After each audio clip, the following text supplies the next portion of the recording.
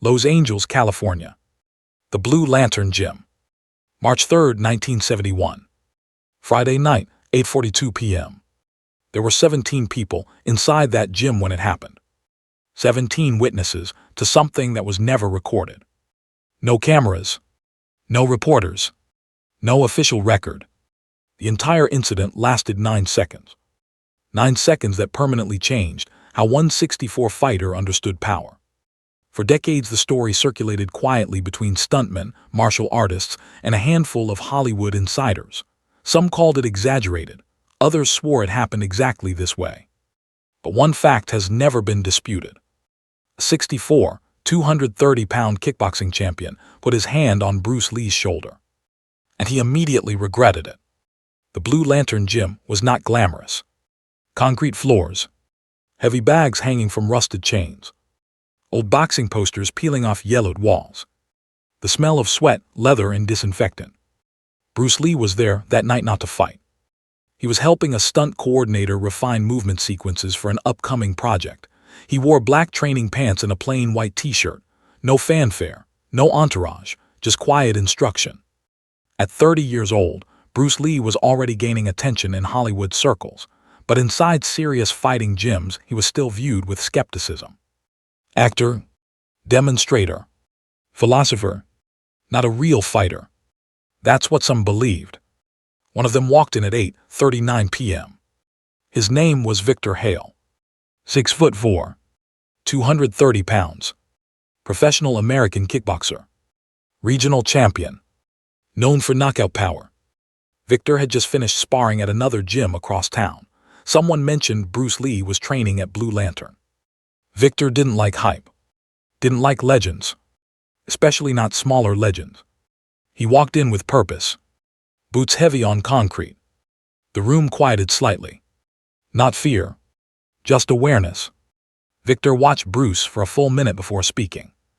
Bruce was demonstrating interception timing, how to strike not after movement begins, but at the exact moment intention forms. Victor smirked. "Looks fast," he said loud enough for everyone to hear, "but speed don't matter when there's real weight behind the punch." Bruce didn't turn immediately. Finished his explanation. Then looked at him. Calm. Measured. "You believe weight determines outcome?" Bruce asked. Victor stepped closer. Every time. A few of the stuntmen backed away. They knew that tone. Victor walked until he was directly behind Bruce. And then he did something small. Something casual. Something disrespectful. He placed his hand on Bruce's shoulder. Not violently. Not aggressively. Just enough pressure to assert dominance. Just enough to say, "You're smaller, I control this space." And that was the moment everything shifted. Bruce didn't flinch. Didn't tense. Didn't turn quickly. He simply looked down at the hand resting on his shoulder. Then he said quietly, "If you're going to test something, commit." Victor squeezed harder. That's when Bruce moved. The hand tightened. Not violently, not yet, but firm enough to send a message. Victor Hale wasn't trying to swing first. He wasn't reckless. He was experienced. He knew intimidation worked better than aggression in public gyms. Pressure first, reaction second. He expected Bruce to shrug him off, or step away, or turn with visible tension. He expected ego. What he got instead was stillness. Bruce looked at the hand on his shoulder the way a mechanic looks at a loose bolt. Not offended. Not emotional. Just observing. The gym went silent in layers. First the jump rope stopped. Then the heavy bag swing slowed. And even the fluorescent lights seemed louder than breathing. Victor leaned slightly forward. "Go ahead," he said, "show me interception." A few of the stuntmen exchanged looks. One of them, a former amateur boxer, quietly stepped toward the wall. He understood something Victor didn't. Bruce wasn't coiling. He wasn't preparing in the traditional sense. He was measuring distance. Bruce spoke without turning fully. "You're balanced on your right leg." Victor smirked. "So? You're also leaning." Victor squeezed harder. And that's when it happened. There was no dramatic wind-up. No chambered punch. No visible power loading. Bruce rotated less than 6 inches. His left hand moved first, not as a strike, but as a guide. It trapped Victor's wrist and slightly redirected the pressure downward. Not forceful, just enough to disrupt structure. At the exact same moment, Bruce's right foot shifted half a step diagonally. Angle. Always angle. Then his right fist traveled forward, not wide, not looping, just a straight line from where it already was. Short. Compact. Direct. The punch didn't look devastating. It didn't sound explosive. But it landed precisely under Victor's rib cage. Solar plexus. Not brute force. Timing. Victor's body reacted before his mind did. Air vanished. His grip released instantly. His knees softened. He staggered half a step back, confused, not yet in pain, but unable to draw breath. Bruce didn't pursue. Didn't chase. Didn't posture. He simply pivoted to face him fully now. Victor tried to inhale. Nothing. Just a dry gasp. His nervous system was rebooting. The entire exchange had taken less than 2 seconds. No one cheered. No one spoke.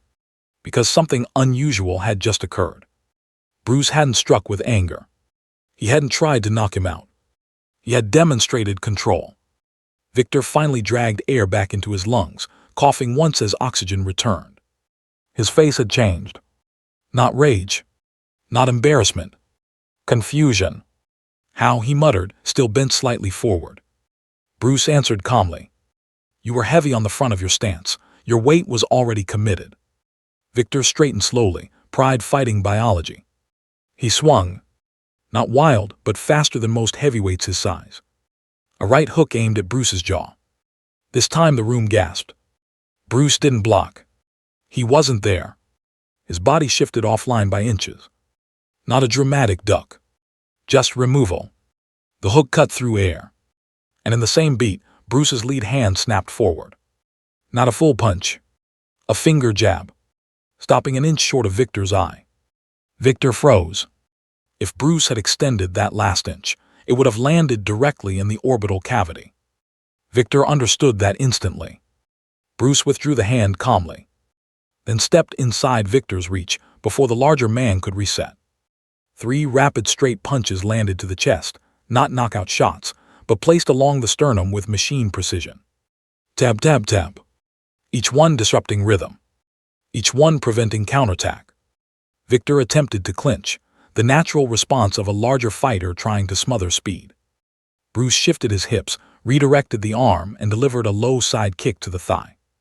Not flashy. Devastatingly efficient. Victor's leg buckled. Not collapsed, but compromised. He stepped back fully now. Breathing harder. Eyes no longer mocking. Evaluating. The gym remained frozen. Bruce didn't press further. He simply stood relaxed. Hands low. Shoulders loose. Completely balanced. Victor looked at him for a long 5 seconds. You hit harder than you look, he said quietly. Bruce shook his head slightly. It's not about hitting hard. Victor asked the question almost involuntarily. Then what is it?